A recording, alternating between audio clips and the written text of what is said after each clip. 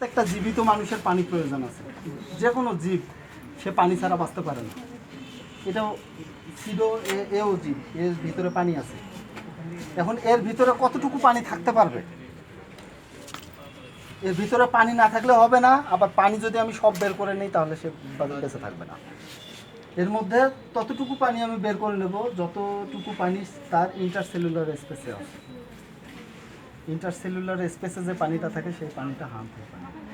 আর সেলের মধ্যে যে পানিটা আছে সেটা তো তার বেঁচে থাকার জন্য প্রয়োজন। ইন্টারসেলুলার স্পেসে যে পানিটা থাকে সেই পানিটা শুকানোর মতন সাধারণত সিরিয়াল সিডে 8 থেকে 12% ময়েশ্চারের মধ্যে নিয়ে আসলে সেটা ইন্টারসেলুলার স্পেসে পানিটা আউট হয়ে যায়। এক একটা ফসলে যেমন ধান, গম এগুলো 12%-এর মধ্যে হলে হয়। পালস এবং অয়েল সিডে সাধারণত আরও নিচে নামতে হয়, 8%-এর নিচে চলে আসতে হয়। তো ধানে আমাদের 12% পর্যন্ত আসলে হয়। তো ধানের ক্ষেত্রে আমি যেটা দেখছি 8%-এ আসলে ক্ষতি হয়ে যায়। 8%-এ আসলে সিডের জন্য ক্ষতি হয়। 9%-এর নিচে রিস্কি তো অবশ্যই, 9% পর্যন্ত একটু রিস্কি। 10 থেকে 12-এর মধ্যে হলে সত্যি। আমরা একটা বীজের ময়েশ্চার টেস্ট করি। এটা হলো digital moisture meter. Moisture test করতে হয়, বীজের ময়েশ্চার টেস্ট করার অনেকগুলো মেথড আছে। সবচেয়ে যে প্রিফারেবল মেথড সেটা হলো ওভেন ড্রাই মেথড, ডাইরেক্ট যে মেথড। ওভেন ড্রাই মেথডে ময়েশ্চার টেস্ট করা হয়। তো ওভেন ড্রাই মেথড অনেক সময় সাপেক্ষ, যার জন্য আমরা ওভেন ড্রাই করি না। এটা একটা পরোক্ষ মেথড, কিন্তু এটাতে কুইক ময়েশ্চার সম্পর্কে ধারণা পাওয়া যায়। মাঝে মাঝে ক্যালিব্রেট করে নিতে হয়।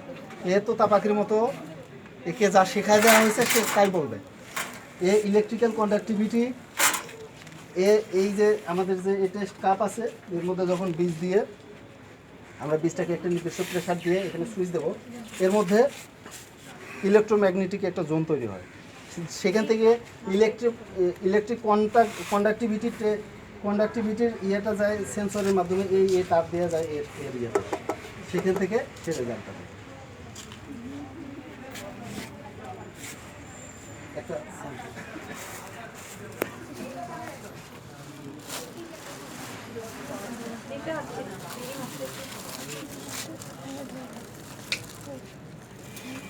এটাকে সাধারণত হাত দিয়ে টাচ না করে, হাত দিয়ে টাচ করলে আমার হাত এখন ভেজা আছে, যার জন্য ময়েশ্চারের ক্ষেত্রে ইফেক্ট করতে পারে।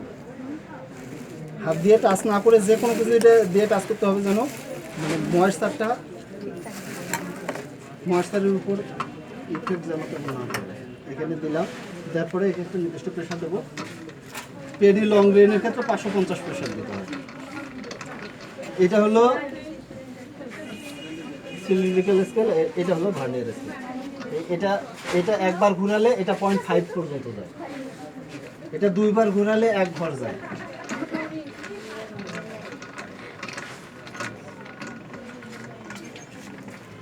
এটাকে 550 পর্যন্ত প্রেশার দেবো।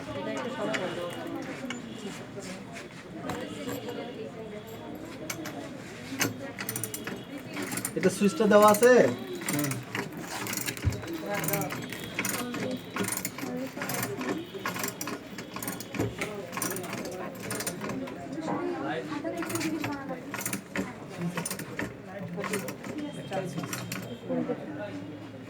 এই যে 550 প্রেশার হয়ে গেছে, তারপরে সুইচ দিলাম। এখানে প্রেশার দিতে হবে 550। এইখানে আবার বিভিন্ন ফসলের জন্য আছে, সেই ফসল যে ফসলটার আমি ময়েশ্চার দেখবো সেটা এখানে সেট করে দিতে হবে। সেট করার পরে রিড বাটনে ক্লিক করলে এখানে ময়েশ্চার শুরু হবে।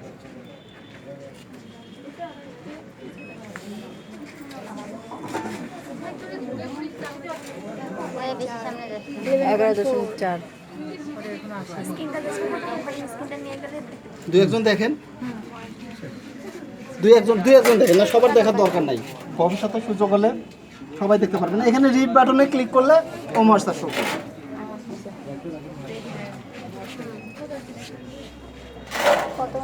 এই যে 11.2 এটাকে চাচ্ছিল হয়ে গেছে।